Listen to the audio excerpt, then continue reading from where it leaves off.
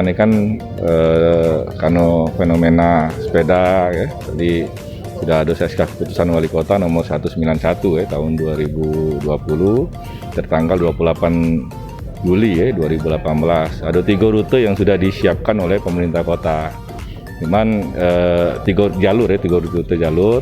Nah, hari besok ini ada rute yang ketiga. Ini CSA dari Bank Sumsel. Jadi untuk bantuan markah jalan. Makanya nanti besok di launching markah dari rute Kambang Iwak ke Palembang Square. Kalau dia PP 6 km. Nah, ini yang kita nanti besok rute kita launching.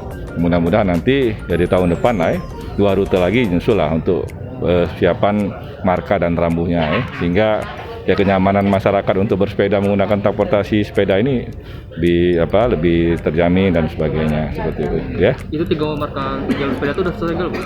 Baru satu ya. Hari ini kan besok kan 1 rute Kambang Iwak Palembang Square, 2 lagi Kambang Iwak BKB 4 km itu ya. Terus BKB ke Jakabaring itu lebih kurang panjangnya 12 km. Ya secara bertahap lah ya. Ya, nanti kita kalau ini kan kita harapkan juga kan nanti ada perusahaan-perusahaan lain yang bisa membantu untuk mensupport untuk dana CSK-nya untuk membantu marka jalan untuk jalur khusus sepeda ini seperti itu ya.